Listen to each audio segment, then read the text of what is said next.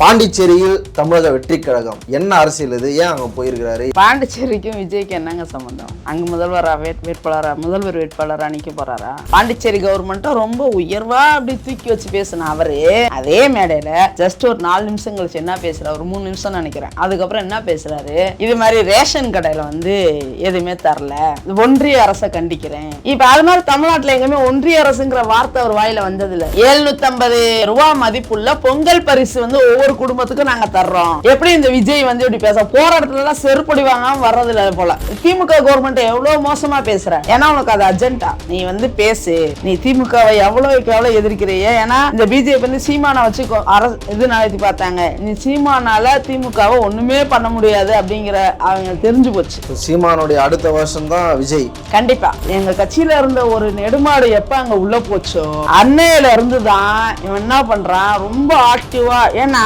எங்க கட்சியில இருக்கப்பயே எங்க தலைவரோட பேர் வெளியில வருதோ இல்லையோ, இல்ல விமர்சனங்களுக்கு உள்ளாததோ இல்லையோ, ஆதவர்ஜுனா பேவ டெய்லி ஏதோ ஒரு விஷயத்துல பேசிட்டே இருப்பாங்க. ஒரு பேசு பொருளாவே இருந்தாப்ல ஆதவர்ஜுனா. அவங்களுடைய பிரதான நோக்கமே விடுதலை சிறுத்தைகளை எப்படியாவது தங்களுடைய கட்சிகளை சேர்த்துக்கணும், காங்கிரஸ் கூப்பிட்டுக்கணும். முதல் ப்ரையாரிட்டி விடுதலை சிறுத்தைகள் கட்சி தான். அவங்க வந்தாலே எல்லாரும் வந்துருவாங்க எண்ணம் இருந்தது. அப்பனா அவங்க ஒரு நட்பு சக்தியா பாக்கத்துல என்ன பிரச்சனை உங்களுக்கு? விடுதலை சிறுத்தைகளை கூப்பிடுறாங்க ஏன் போல அப்படிங்கிறது, விடுதலை சிறுத்தைகள் வந்தா எல்லா கட்சியும் வந்துருவாங்கிற அந்த பார்வையில நீங்க பாக்குறீங்க. நான் என்ன கேக்குறேன், உங்க toilet cleaner bison toilet cleaner குவாலிட்டியை விட பெட்டர்னு நிரூபிச்சா உங்க மொத்த பணமும் ரீஃபண்ட். பைசன் டாய்லெட் கிளீனர் இப்போது 79 ரூபாயில். அறம் நாடு பார்வையாளர்களுக்கு வணக்கம். இன்று நம்ம இணைந்திருக்கும் சிறப்பு விருந்தினர் விடுதலை சிறுத்தைகள் கட்சியின் மாநில துணை செயலாளர் தேனி இளமதி அவர்கள். வணக்கம். வணக்கம். விஜய் அவர்களுடைய அரசியல் தமிழ்நாட்டில் என்ன விதமான தாக்கத்தை ஏற்படுத்தியிருக்கு, என்ன விதமான ஆபத்துகளை ஏற்படுத்தியிருக்குன்றது எல்லாருமே தொடர்ந்து பார்த்துட்டு வந்துட்டு தான் இருக்கும். ஆனால் கரூர் சம்பவத்துக்கு பிறகு தமிழ்நாட்டில் அவரால் ஒரு கூட்டத்தை நடத்தி காமிக்க முடியல. ஒரு இண்டோரில் தான் நடத்துகிறாரு. அதை இப்போ பாண்டிச்சேரிக்கு போயிருக்கிறாரு. பாண்டிச்சேரிலையும் அனுமதி மறுப்பு அப்படின்னு நிறைய பிரச்சனைகள் இருந்தது. அனுமதி கொடுத்தாங்க, QR கோடு மூலமாக உள்ளே போனாங்க. அங்கேயும் பல சலசலப்புகள், காவல்துறை அதிகாரி புசியானந்த திட்டத்தெல்லாம் நம்ம பார்த்தோம். பாண்டிச்சேரியில் தமிழக வெற்றி கழகம் என்ன அரசியல் இது? ஏன் அங்கே போயிருக்கிறாரு? என்ன அவர் பேச்சை பார்த்தீங்களா? பார்த்தேன். பாண்டிச்சேரிக்கும் விஜய்க்கு என்னங்க சம்பந்தம்? அங்கே முதல்வர் வேட்பாளரா நிற்க போறாரா பாண்டிச்சேரியில? தமிழக வெற்றி கழகத்தின் ஆட்சி பாண்டிச்சேரியில் வரும்ன்றாங்க. ஓ, அங்கேயும் தமிழ்நாட்டிலையும் அவர் தான் முதல்வர், அங்கேயும் அவர் தான் முதல்வர். வேற யாருன்னா கூட முதல்வராக உட்கார வைப்பாங்களே. புசியானந்த் அங்க முதலமைச்சர். ஓ, இங்க சார்பா அங்க ஒரு முதல்வர் இருப்பாரு. ஓஹோ, சரி. அங்க போய் எதுக்கு திமுகன்னு எதிர்ப்பு பேசிட்டே இருக்காரு? திமுக வந்துடக்கூடாது, வருமுன் காப்போம் அப்படின்னு பேச. எங்க பாண்டிச்சேரியில திமுக கவர்மெண்ட் வரப்போகுதாமா? வந்துட்டா என்ன பண்ணுவீங்க அப்படின்றாரா? நான் அவர் பேச்சுல பாருங்களேன், ஒரு பாண்டிச்சேரி கவர்மெண்ட் பிஜேபியும் என்ஆர் காங்கிரஸும் சேர்ந்து அது கூட்டணி ஆட்சியா நடத்திட்டு இருக்காங்க. ஆனா அவரோட பேச்சுல பாருங்களேன், இப்போ குறை சொல்றாரு. முதல்ல 5000 பேருக்கு அனுமதி கொடுத்தாங்க. இது மாதிரி எனக்கு கவர்மெண்ட், தமிழ்நாடு கவர்மெண்ட் இது மாதிரி 5000 பேருக்கு அனுமதி கொடுத்து எனக்கு இடம் கொடுத்துருந்தா நான் அப்படி நான் இப்படி அப்படின்னாரு. இந்த அரசை பார்த்து கத்துக்கோங்க அப்படின்னு. அதுதான் பாண்டிச்சேரி கவர்மெண்ட்டும் ரொம்ப உயர்வா அப்படி தூக்கி வச்சு பேசின அவரு அதே மேடையில ஜஸ்ட் ஒரு 4 நிமிஷம் கழிச்சு என்ன பேசுறாரு, ஒரு 3 நிமிஷம் நினைக்கிறேன், அதுக்கப்புறம் என்ன பேசுறாரு, இது மாதிரி ரேஷன் கடையில எதுவுமே தரல, இது அப்புறம் ஒன்றிய அரசை கண்டிக்கிறேன். இப்ப அது மாதிரி தமிழ்நாட்டுல எங்கேயுமே ஒன்றிய அரசுங்கிற வார்த்தை ஒரு வாயில வந்தது இல்ல. அது ஒன்றிய அரசுனா எந்த ஒன்றிய அரசு? கொள்கை எதிரின்னு மட்டும் தான் சொல்றாரு. கொள்கை எதிரிங்கிறாரு. அப்ப அங்க யாரு இருக்குது? பிஜேபி தானே. பிஜேபிங்கிற வார்த்தை ஏன் வாயில வரமாட்டுது? பிஜேபிங்கிற வார்த்தையை சொல்றதுல உனக்கு என்ன அலர்ஜின்னு கேட்குறேன். அவங்களுக்கு ஒரு ஸ்பேஸ் இல்லை. இப்போ தமிழ்நாட்டில் அவங்களுக்கான ஸ்பேஸ் இல்லை. எப்படியும் அவங்க தோக்க தான் போகிறாங்க. 4 எம்எல்ஏக்கள் வச்சிருக்கிறவங்கள பற்றி பேசுறதா, 150 எம்எல்ஏக்கள் வச்சிருக்கிறவங்கள பற்றி பேசுறதா அப்படின்னு கேட்குறேன். நான் என்ன கேட்குறேன், நீங்கள் 4 எம்எல்ஏ 150 எம்எல்ஏ ஒரு எம்எல்ஏங்கிறதெல்லாம் கிடையாது. ஒரு எம்எல்ஏவாக இருந்தாலும் அவரோட கருத்து அங்கே எவ்வளோ வலிமையாக இருக்குங்கிறது தான். சட்டமன்றத்தில் எவ்வளோ இந்த கருத்துக்கான வலிமை எவ்வளோ இருக்குது, அந்த கருத்தின் அந்த தன்மை எப்படி இருக்குது அப்படிங்கிறது தான் பேசணும். அது 4 எம்எல்ஏவாக இருந்தாலும் சரி, 150 எம்எல்ஏ போய் தூங்கி எழுந்திரிச்சு வர்றதுக்கு பேர் இது கிடையாது. நான் இருக்கேன், நானும் எம்எல்ஏ தான், நான் போய் சட்டமன்றம் போவேன், ஆனால் அங்கே உட்காந்து தூங்குவேன். எத்தனை வீடியோ எம்எல்ஏக்கள் தூங்கின மாதிரி வீடியோ நிறைய பார்த்துருக்கோம் இல்லையா? அதுக்கு பேர் இது கிடையாது. இவர் அந்த பேச்சில் ஃபுல்லாக என்ன பேசியிருக்காரு, ஒரு இடத்துல கூட அந்த பிஜேபி கவர்மெண்ட்டு, பிஜேபி இந்த பாண்டிச்சேரி ஆளுகிற பிஜேபி அப்படிங்கிற மாதிரியே பேசலை. யாரும் எழுதி கொடுக்கல போல. அங்கே ஆளுநர் எவ்வளவு தொல்லை கொடுத்தாங்கன்ற விஷயத்த கூட அவர் அட்ரஸ் பண்ணல. இன்னொரு விஷயம் என்னன்னா, இப்போ வந்து இப்போ ரோட் ஷோ நடத்துறதுக்கு அனுமதி கொடுக்கல, அதை பற்றி பேசவே கிடையாது. ரோட் ஷோ நடக்கிறதுக்கு தான் போய் அனுமதி கேட்குறாங்க, அனுமதி கொடுக்கல. அப்புறம் அதை பற்றி பேசவே கிடையாது. ஏன் அதை பற்றி பேசலை? நீ திமுக கவர்மெண்ட்டை எவ்வளோ மோசமாக பேசுகிற, ஏன்னா உனக்கு அது அர்ஜென்ட்டா. நீ வந்து பேசு, நீ திமுகவை எவ்வளோ எதிர்க்கிறிய. ஏன்னா இந்த பிஜேபி வந்து சீமானை வச்சு இது நடத்தி பார்த்தாங்க. நீ சீமானால திமுகவை ஒன்றுமே பண்ண முடியாது அப்படிங்கிற அவங்க தெரிஞ்சு போச்சு. இப்போ சீமானுடைய அடுத்த வருஷம் தான் விஜய். கண்டிப்பா சீமான் வந்து பாருங்க, நீ அவர் சீமான் பேசுறதும் விஜய் கட்சிக்காரங்க பேசுற எல்லாமே ரெண்டுமே பாருங்களேன். அவங்க எப்பயுமே வந்து இந்த பிஜேபிங்கிற வார்த்தையை சொல்லவே மாட்டாங்க. ஆனா தமிழக வெற்றி கழகத்தை தீவிரமா எதிர்த்து நாம் தமிழர் கட்சி தான், அதுதான் அஜெண்டா அவங்களுக்கு. இப்போ நீ வந்து போட்டிங்க, காசு போட்டி தான். என்னடா நமக்கு வர வேண்டிய வருமானம் அங்கே போயிடுச்சு, நமக்கு வர வேண்டிய வருமானம் அங்கிட்டு போயிட்டு இருக்கு, என்னடா நடக்க போது, நம்மளை காலி பண்ணி விட்டுருவாங்க போல, நம்ம வந்து நம்மளோட வலிமையை காட்டுவோம், நம்ம வந்து பேச அவங்கிறதா, வேற ஒன்றும் கிடையாது இதுல. அப்ப வந்து என்னன்னா, நீ வந்து பாண்டிச்சேரியில ஆளுற அந்த பிஜேபியோ என்ஆர் காங்கிரஸோ வாயிலிருந்து வரல. இன்னொன்னு அங்க இதுக்கு இப்ப ரெங்கசாமி தான் சிஎம்மா இருக்கிறாரு, இதுக்கு முன்னாடியே அவர் தான் இருந்தாரு. அந்த பாண்டிச்சேரியே நாசமா போய் கிடக்கு. ஒரு காரைக்காலில் வந்து இப்போ பார்த்தீங்கன்னா இந்த மழைக்கு வந்து அவ்வளோ பேர் பாதிக்கப்படுறாங்க. இதுக்கான பாதுகாப்பு கூட செஞ்சு கொடுக்காத ஒரு முதல்வராக தான் இவ்வளோ நாள் அவர் இருந்திருக்காரு. நம்ம கண்ணார பார்த்துக்கிட்டு இருக்கோம். அதை நீ கண்டிச்சு உனக்கு எதாவது பேச முடிஞ்சா? வாய் வரல. இப்போ வந்து 750 ரூபா மதிப்புள்ள ஒரு பொருள் வந்து பாண்டிச்சேரி இன்னைக்கு போட்டிருக்காரு. அவர் இன்னைக்கு ஃபுல்லாக வலைத்தளங்களில் ஃபுல்லாக வருது. அவர் அந்த சிஎம் போட்டு விட்டுருக்காரு. 750 ரூபா மதிப்புள்ள பொங்கல் பரிசு வந்து ஒவ்வொரு குடும்பத்துக்கும் நாங்கள் தர்றோம். எப்படி இந்த விஜய் வந்து இப்படி பேச போகிற இடத்துலலாம் செருப்படி வாங்காமல் வர்றதில்ல போல. எங்கே போனாலும் நல்ல செருப்பை சாணியில் முக்கி அடிச்சு அனுப்புகிறாங்க. இல்லை, காவல்துறைக்கு நன்றி சொல்கிறாரு. ஆனால் இப்போ கட்டுக்கோப்பாக நடக்கணும்னு சொல்லிட்டு கியூஆர் கோடு வச்சு உள்ள அனுப்புகிறாங்க. 5000 பேருக்கு அனுமதி. ஆனா தலைமையிலேருந்து என்ன சொல்லிருக்காங்கன்னா, ஒரு கியூஆர் கோடுக்கு வந்து 2 பேர் வரலாம்னு சொல்லி அனுப்பியிருக்காங்க. 5 பேர் வரலாம். ஆமா, ஆனா உள்ள அதை அனுமதிக்கல அவங்க. ஏன் அது மாதிரி பண்றாங்க? எதனால? ஒரு நிபந்தனை இருக்குன்னா அதை ஃபாலோ பண்ணி தானே ஆகணும். ஒரு எப்படி சொல்றது, ஒரு ரசிகர்களை ஏமாத்துறது தானே அது அர்த்தம். அதான் அது உங்களுக்கு தான் வெளிச்சம். நீங்க தான் வந்து அதை வந்து இதை வெளிப்படுத்தி காட்டணும். இது மாதிரி வந்து தொண்டர்கள்கிட்ட பொய் சொல்றது. இப்போ ஒரு மாவட்ட செயலாளர்கிட்ட ஒரு 5000 கியூஆர் கோடுனா ஒரு மாவட்ட செயலாளருக்கு ஒரு 100 200 கார்டு கொடுத்து இது மாதிரி யாரு முக்கியமான நாட்களை வர சொல்லுங்கன்னு கொடுத்துருப்பாரு. அங்கே போனால் இந்த பசங்க பூரா சின்ன பசங்க தானே. விஜய் பார்க்க ஆர்வத்தில் நம்ம உள்ளே போகணும், நம்மளும் போகணும், எனக்கு இல்லையா அவனுக்கு மட்டும் தரேன். அந்த சண்டையை சரி கட்டுறதுக்காக இல்லை இவன் மேலே மறுபடியும் இப்போ பாண்டிச்சேரி கவர்மெண்ட் மேலேயும் ஏதாச்சும் ஒரு அலிகேஷனை உருவாக்கி விடுவோம். இப்போ இந்த கரூர் சம்பவத்தில் வந்து திமுகவை அலிகேஷன் பண்ண மாதிரி இதை எதாவது பண்ணுவோம் அப்படின்ட்டு அவங்க என்ன பண்ணியிருப்பாங்க, நான் 2 பேர் வரலாம், ஒரு கார்டுக்கு 2 பேர் வரலாம், ஆனால் நீங்கள் தைரியமாக வாங்க, எல்லாம் 5 பேர் வரலாம், தைரியமா வாங்கன்னு அந்த இடத்துல சமாதானப்படுத்துறதுக்கு அவங்க சொல்லி விட்டுருக்கலாம். காவல்துறை அதிகாரி சொல்றாங்க 40 பேரை சாவடிச்சு தான் நீங்க வந்திருக்கிற சொல்லிட்டு சொல்றாங்க. அதான உண்மை. இப்போ அந்த இன்ஸ்பெக்டர்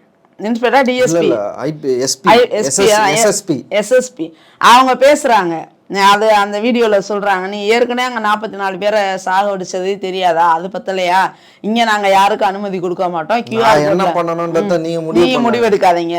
அப்போ இந்த காவல்துறையை பேசிப்பாரு. தமிழ்நாடு காவல்துறை நீ பேசணும்ல, மேடை போட்டு சொல்லியிருக்காங்க. காவல்துறை அதிகாரிகள் ரோல் மாடலா காட்டுறாரு, இவங்கள மாதிரி நடந்துக்குவாங்க அப்படின்னு. அதுதாங்க கேக்குறேன். அப்ப அவங்கள உனக்கு பேசுறதுக்கு தைரியம் இல்லை உனக்கு. வந்து இப்போ பாண்டிச்சேரி கவர்மெண்ட், தமிழ்நாடு கவர்மெண்ட்ல இவ்வளோ பெரிய கொலை, இவ்வளோ பெரிய அந்த சாவு நடந்துமே ஒரு பெரிய பாதிப்பு, அது பொதுமக்கள் பக்கத்துல ஒரு பெரிய பாதிப்பு நடந்துமே தமிழக காவல்துறை எங்கேயாச்சும் மேடை ஏறி இந்த மாதிரி என்னைக்காவது பேசியிருக்கா? அதோட விளக்கம் மட்டும் தான் கொடுத்துச்சு. இது மாதிரி வந்து அவங்க கேட்டாங்க, நாங்கள் இந்த இடத்துல கேட்டாங்க, நாங்கள் இல்லை அப்படின்னு சொல்லிட்டு இந்த இடத்துக்கு நாங்கள் கொடுத்தோம்.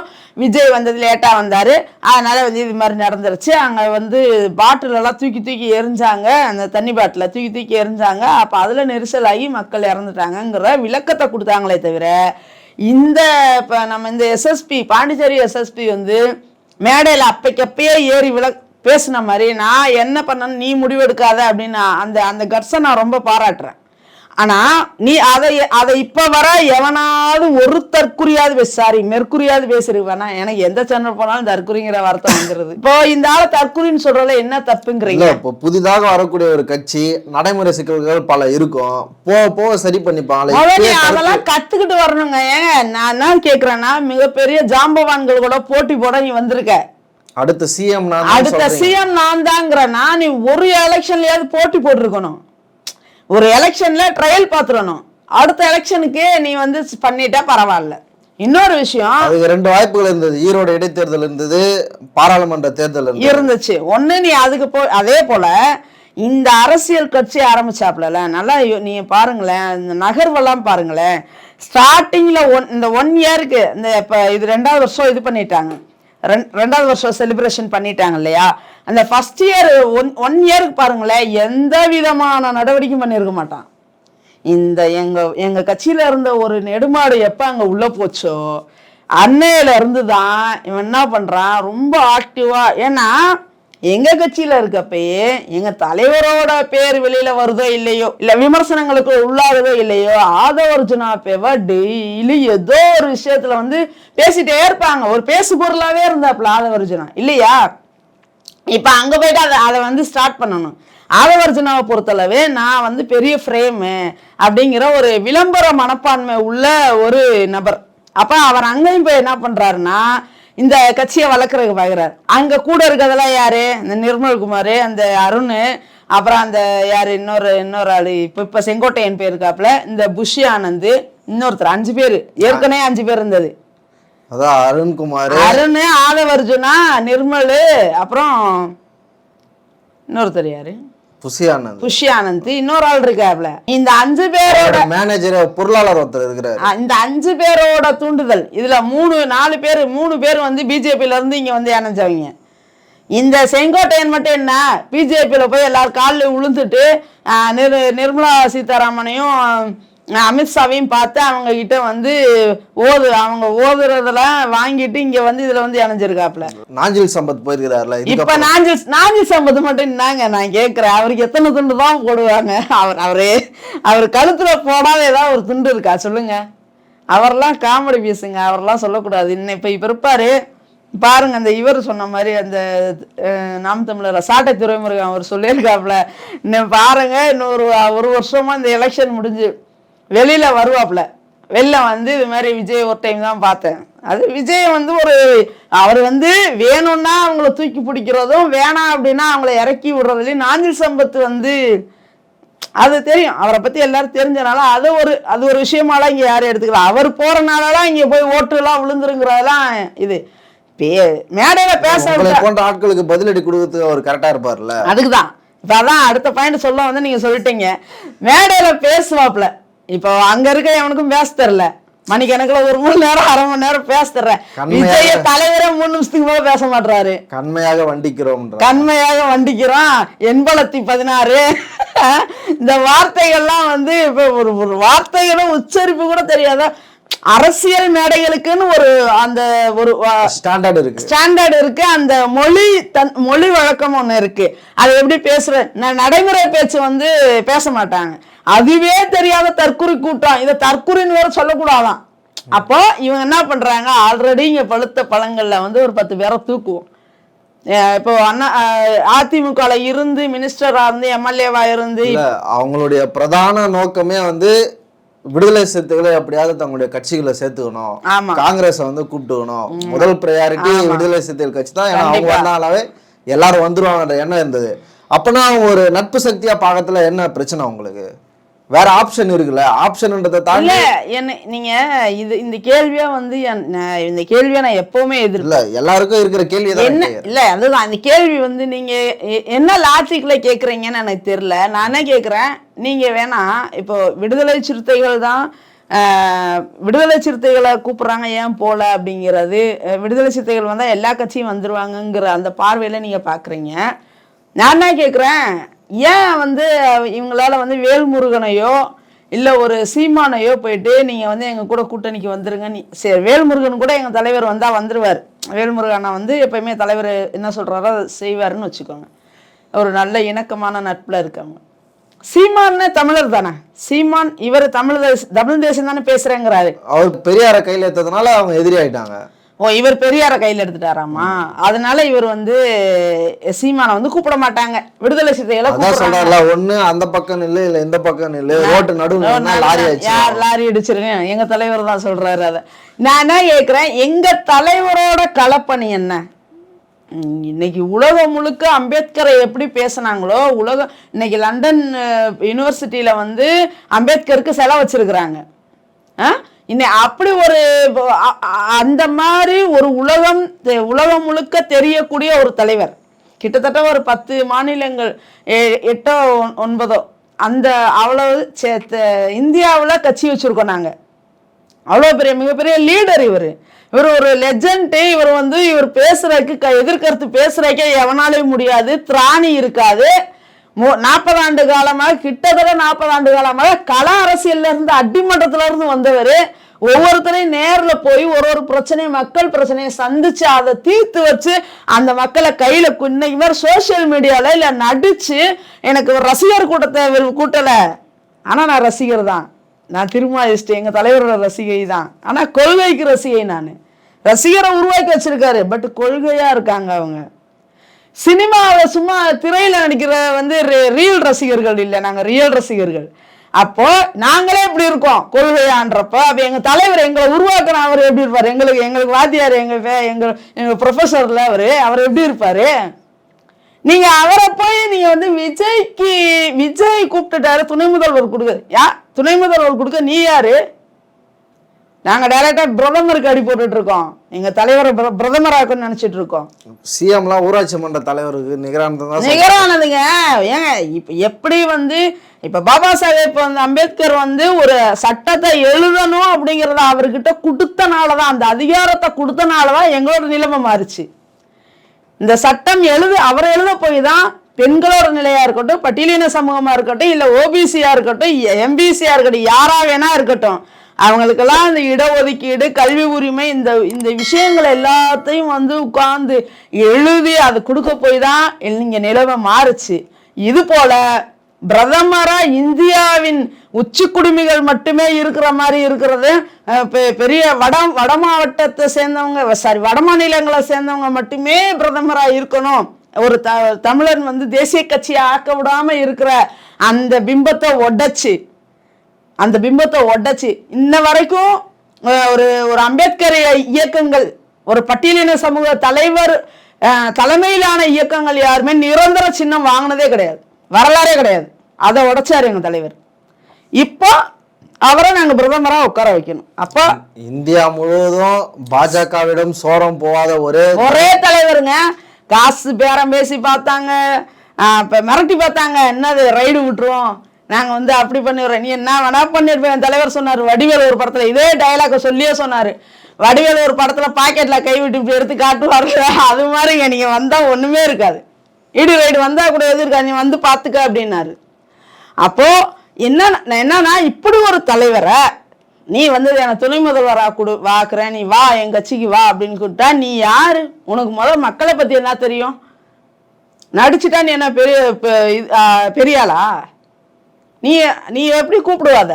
சரி வரட்டும், முதல்வர் அறிவி, முதல்வர் வேட்பாளர் திருமாவளவன் சொல்லி பாரு. நாங்க சட்டமன்ற எலெக்ஷன்ல கூட எங்க தலைவரை வந்து எம்எல்ஏ 2016 அவர் வந்து எம்எல்ஏக்கு காட்டுமன்னார் கோயில நின்னப்ப கூட நிறைய பேர் சொன்னாங்க, எதுக்கு நின்றுக்கிட்டு வேணாம் விட்டுருங்க அப்படின்னாங்க. ஆனாலும் நம்ம மக்கள் நல கூட்டணி நம்ம உருவாக்குனது, அதனால நம்ம போட்டியிடணுங்கிறக்காக தான் அவர் போனார். அது நின்னாரு. நாங்கள் எல்லாருமே ஒட்டுமொத்தமாக எங்கள் தலைவர் எம்எல்ஏ ஆகிற கூட விரும்ப மாட்டோம், அவர் எம்பியாக தான் இருக்கணும். இப்போ இங்கே எம்எல்ஏக்கள் சட்டமன்றத்தில் பேசுனாங்கன்னா எம்பி பாராளுமன்றத்தில் பேசணும். இந்தியா முழுக்க கட்சி அமைக்கணும், ஓட்டு வாங்கணும். எங்கள் தலைவர் பிரதமர் இது எங்களுக்கு நீண்ட கால திட்டம், எங்கள் தலைவரோட தொலைநோக்கு பார்வை அது. அதுக்கு தான் நாங்கள் சப்போர்ட் பண்ணுவோம். நீங்கள் எப்படி சிறுத்தைகள் இதை கேட்கலாமே, ஏன் அவர் தான் கூப்பிட்றாரு அப்படின்லாம் நீங்கள் சொன்னீங்க அப்படின்னா நாங்கள் என்ன செய்யணும்னு மற்றவங்க முடிவெடுக்க கூடாதுல்ல. பொறுத்து வந்து பார்ப்போம். இன்னும் நிறைய விஷயங்கள் நம்ம பேசலாம். அரங்கத்திற்கு வந்து பல்லவ தலைப்பு ரொம்ப நன்றி. மகிழ்ச்சி.